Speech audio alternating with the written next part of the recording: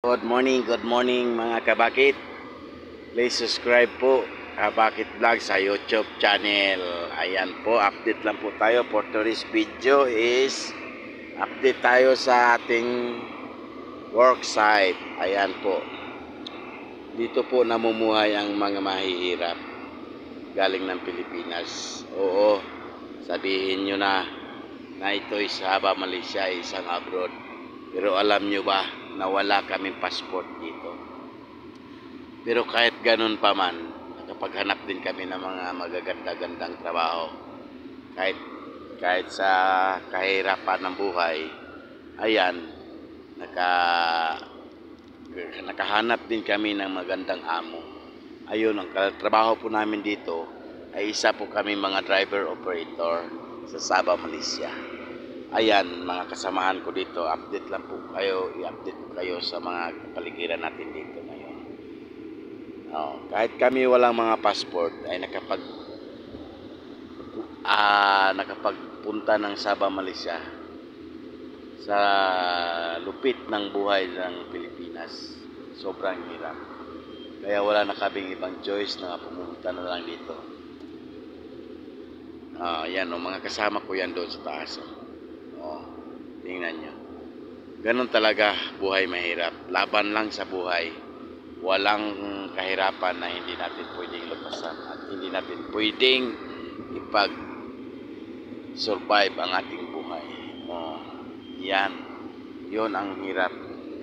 Pag mahirap ka na, ay alam mo nang may saka ng mahirap tapos hindi ka pagagalaw. Wala. Mas humihirap pa masyado. Kaya ngayon, ayan, ito ang istorya ni Kabakit Vlog. Nung umalis ako ng bahay, nandoon pa yung pamilya ko. Pero nung bumalik na ako sa bahay, wala na. Anak na lang ang naiwan. Tapos, yung nanay ng anak wala na, sumama na sa iba. Sa sobrang hirap. Hindi naman sa hindi makakain. Kakain din kami. Pinagbili kung anong gusto, pero alam mo na, sa hirap ng buhay, sa init ng panahon at sa init ng pakiramdam sa bawat isa. Oo, ganito lang ang buhay namin dito. Ayan, doon din noon. Nag-loading din kami. Shout out pala sa mga OFW ng mga Bisaya sa Sabah, Malaysia. Ang mga kolorom, tulad sa akin, kolorom din ako. Wala akong passport. Pero yung kumpanya namin ay pinakamalaki dito sa loob ng Sabah. Company Jutaya, Company Pan Borneo. Isa po itong highway ang ginawa namin. 4-way ang kalsada nila dito ang ginawa namin. So baka nagtaka kayo kasi walang lumang kalsada dito. Gawa kami ng bagong kalsada.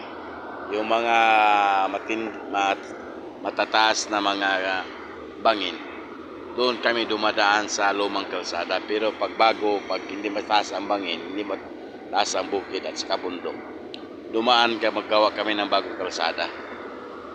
Ayan, nasa 80 kilometers po ito ang haba ng project namin ngayon. Isa po akong bulldozer operator. Ayan, ito po ang bulldozer ko. Ayan, bulldozer ko yan. Ako walang passport, pero hindi gaano kalakihan ang sahod namin dito sa Sabah. Ayan lang, pa-chill-chill lang. Basta may mapadala lang sa anak, okay na. Nag-aaral pa naman ang anak ko ngayon ng college. Sobrang hirap. Kung tutuusin nga, parang hindi ko na kaya.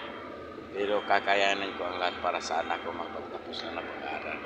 At may live-in partner ako ngayon, taga Zamboanga. May 3 din siyang anak at nag-aaral. Ako din ang magsusuporta.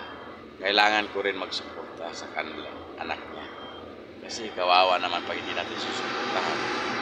Pag mahal mo ang isang babae, mahal mo na rin ang isang sa loob ng pamilya niya. At hanggang dito na lang po. Thank you for watching all. And once again, good morning. Hit na rin ang notification bell para updated kayo sa lahat nating video i-upload. Ay, Kabakit Vlog, subscribe po Kabakit Vlog channel. Kabakit Vlog, hanapin nyo lang si Kabakit Vlog at pindutin nyo na ang notification bell para updated kayo sa lahat ng mga video ng ating i-upload. Thank you very much and once again, good morning. Bye-bye.